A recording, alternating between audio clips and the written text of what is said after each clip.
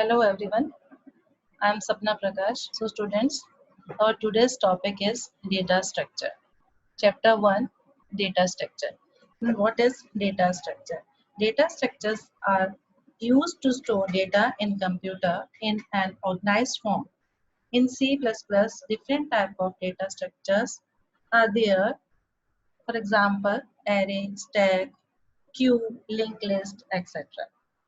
Data structures is a specialized format for organizing, processing, retrieving, and storing data. So we can say when we want to store data, then we use data structure. Data structure, now I'm reading from book. Data structure is a way of collecting and organizing data in such a way that we can perform operations on these data in effective way. Data structure is about rendering data element in terms of some relationship for better organization and storage. Data storage means data को अगर हम store करना चाहते हैं तो उस data को मतलब रेंडरिंग मीन्स एलिमेंट को प्लेस करने के लिए हम डेटा स्ट्रक्चर यूज करते हैं ताकि हमारा जो डेटा स्ट्रक्चर है वो बहुत ही अच्छी तरह से ऑर्गेनाइज वे में स्टोर हो जाए और हमें कभी भी अपने डेटा को रिट्रीव करने के लिए मीन्स देखने के लिए कोई प्रॉब्लम नहीं है. तो first of all we know that अगर फॉर एग्जांपल हमने कोई एक हमारी कोई कंपनी है और हम उसमें काम कर रहे हैं, कंपनी में वो हमारी कंपनी में काम करते करते हमें पता चला कि we are going in loss और अभी हमारी कंपनी बंद करनी पड़ेगी. तो फॉर दैट हमें क्या करना चाहिए कि हमने क्या परचेज किया, क्या सेल किया, कितना प्रॉफिट हो रहा है, कितना लॉस हो रहा है, ये सब चीज हमको डिटेल में रखनी चाहिए. पहले क्या होता था, सब मैनुअली होता था. अब सब चीज कंप्यूटराइज्ड है तो हम लोग कंप्यूटर के थ्रू डेटा स्ट्रक्चर बना के अपना डेटा स्टोर करते हैं. तो for example again in book we have data player name Virat, age 26. Virat is string and data type 26 is integer. We can recognize this data as a record like player record. अब कह रहे हैं कि अगर हमें player record रखना है तो हम अपने डेटा को स्टोर करेंगे एज ए स्ट्रिंग, नाम ले लेंगे और एज ए इंटीजर हम कोई भी वैल्यू ले लेंगे. Now we can collect and store data players records in a file database as a data structure. For example Dhoni, Gambhir 31 and Sehwag 33. Data types. Data types are defined as data storage format that a variable can store a data to perform a specific task. ठीक है ना. Data type means किस तरह का data हम store कर रहे हैं. तो यहाँ पे हमने टू टाइप्स का डेटा स्टोर किया है. एक है अल्फाबेटिक जिसको हम टेक्स्ट कहेंगे और दूसरा है इंटीजर जिसमें हमने की एज स्टोर की है. Classification of the data structure. Data structure divided into two parts. Data structure को हमने दो parts में divide किया हुआ है. जैसे पहला है simple data structure and second is compound data structure. See in diagram. Simple data structure is again divided into two parts, array and structure. And data structure and compound data structure is divided into linear and non-linear. Linear is again divided into stack, queue and linked list, and non-linear is again divided in one part, that is tree. So linear, what is linear? The data elements are arranged in a linear order. मतलब एक ही सीध में बिल्कुल एक sequence में जब वो store होते हैं उनको कहते हैं linear. So we can say that data elements are arranged in a linear order where each and every elements are attached to its previous and next element. ठीक है ना. तो उसका नेक्स्ट और प्रीवियस जो एलिमेंट है वो आपस में अटैच होता है तो वो क्या होता है, एक ही सीक्वेंस में परफॉर्म होता है. और वैसे ही नॉन लीनियर है तो नॉन लीनियर के लिए we can say the elements are attached not attached in previous and next element. It means this is hierarchical way just like a tree structure जहां पर आपके क्या होता है कि वो आगे और पीछे उनके एलिमेंट्स नहीं होते बल्कि वो ऐसे बिल्कुल एक ट्री की तरह है, जैसे ब्रांचेस सब ब्रांचेस होते हैं, हायरार्किकल ऑर्डर में डेटा स्टोर होता है. Next one is I am reading definition from the book. These are normally built from primitive data type like integer, real, character, boolean, etc. There are following two types of simple data structure, array structure. Now second one is compound data structure. Simple data structure can be combined in various ways to form more complex structure. Clear? एक simple data structure जो है combine किया जा सकता है कई तरीकों से to form more complex structure. क्या कहलाता है? Compound data structure. Now explanation of linear data structure. Linear data structure. From book I am reading, these data structures are single level data structure. A data structure is said to be linear. Its elements form a sequence. There are the following types: stack, queue, and linked list. See my cursor also. Second one is non-linear data structure. These are multi-level data structures. For example, non-linear data structures are tree and graph. वही same जैसे मैंने बताया आपको इन hierarchical वे. अब आपका data structure अगर हम बना लिया है, डेटा स्ट्रक्चर डेटा स्टोर कर लिया है, तो हमें ये पता होना चाहिए कौन कौन से किस तरह के ऑपरेशन जो है हम अपने डेटा स्ट्रक्चर पे परफॉर्म कर सकते हैं. तो फर्स्ट वन इज इंसर्शन.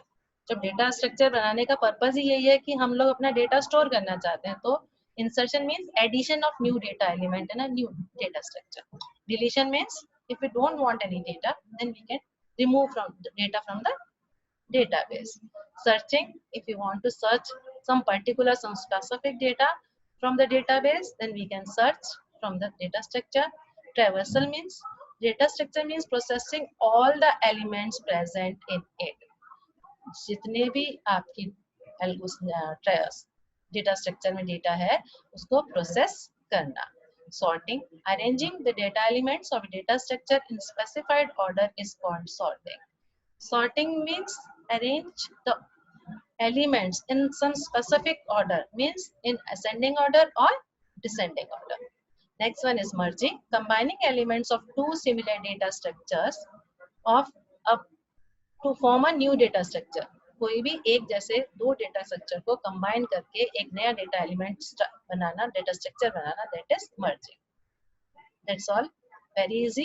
कि इंसर्ट कर सकते हैं, डिलीट कर सकते हैं, सर्च कर सकते हैं, प्रोसेसिंग होती है, सॉर्ट होता है और मर्ज भी कर सकते हैं. So next topic is algorithm. So what is algorithm? First I am reading from the book. Algorithm.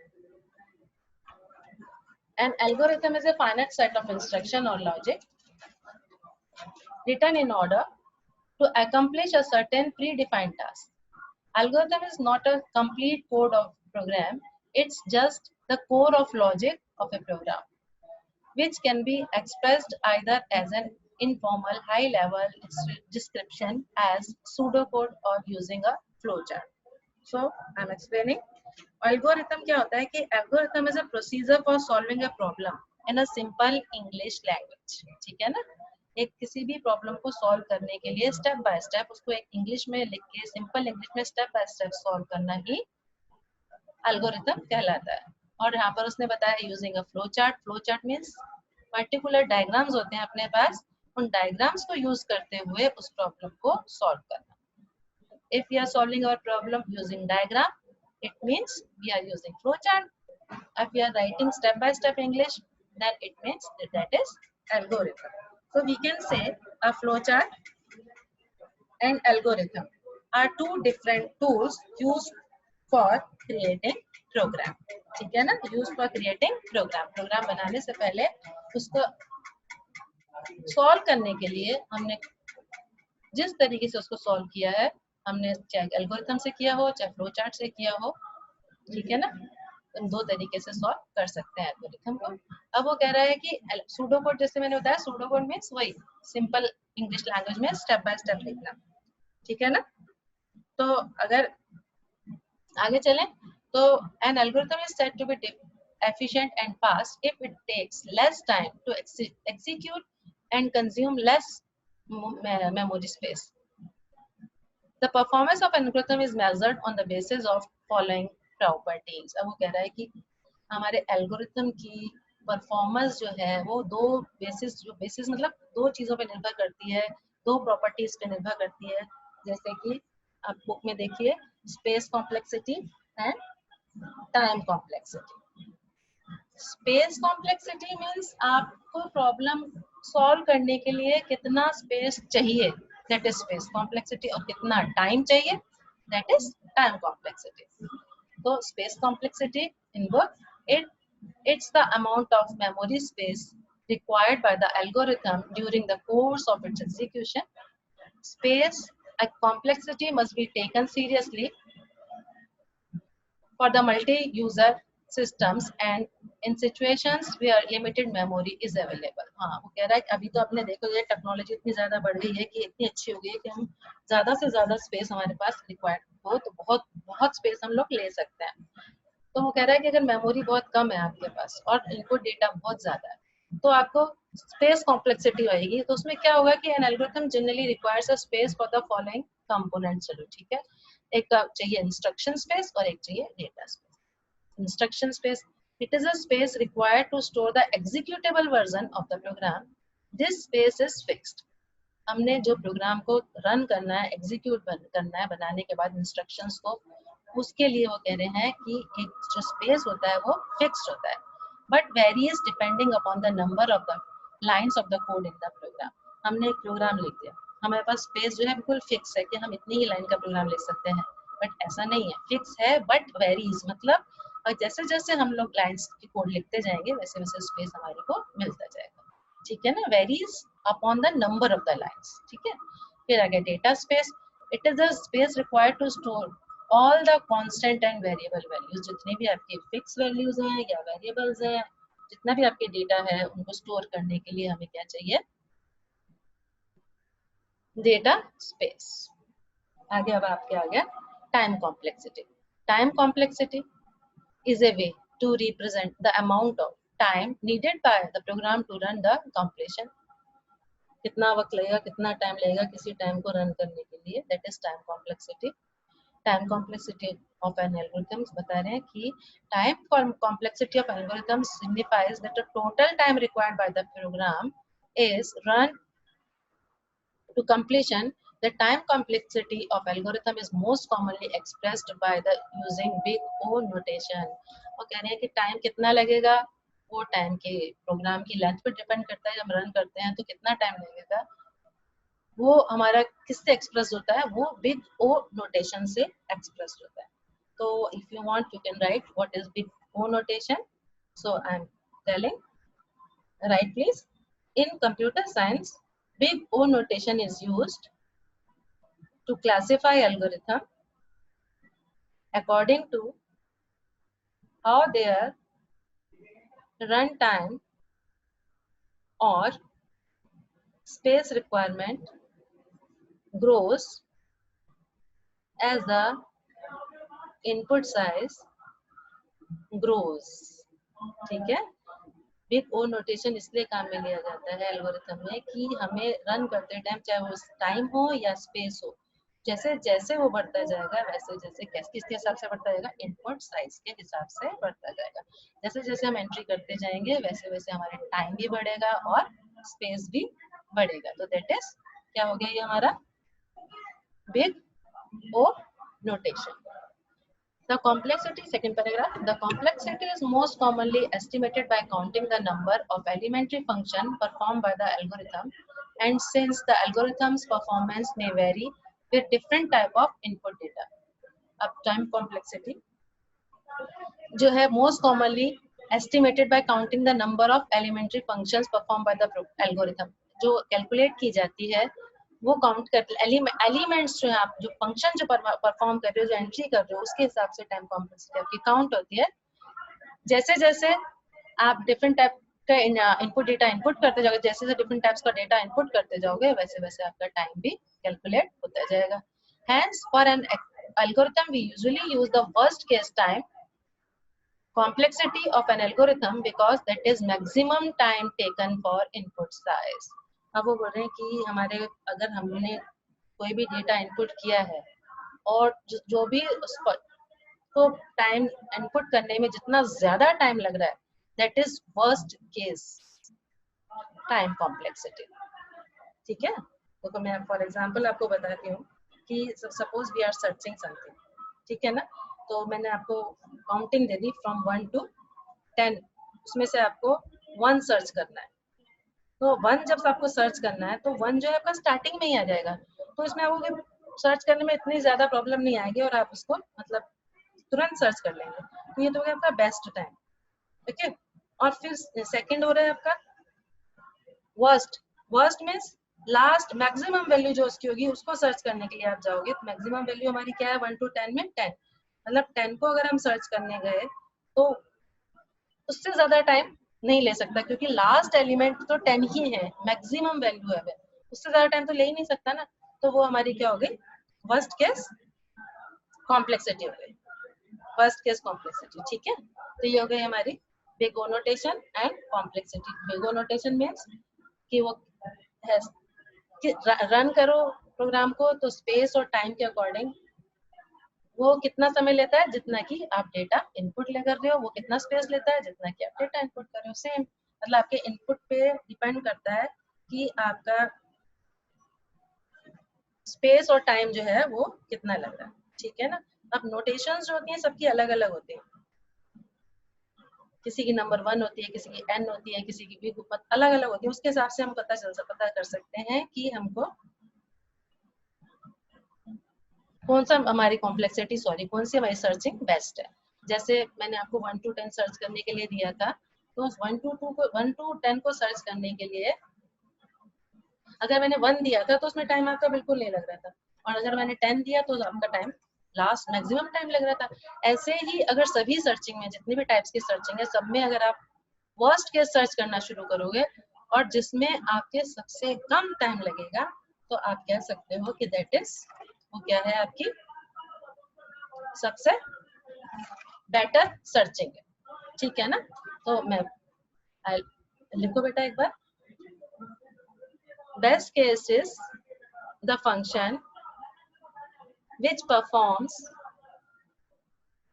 the minimum number of the steps on input data of an element.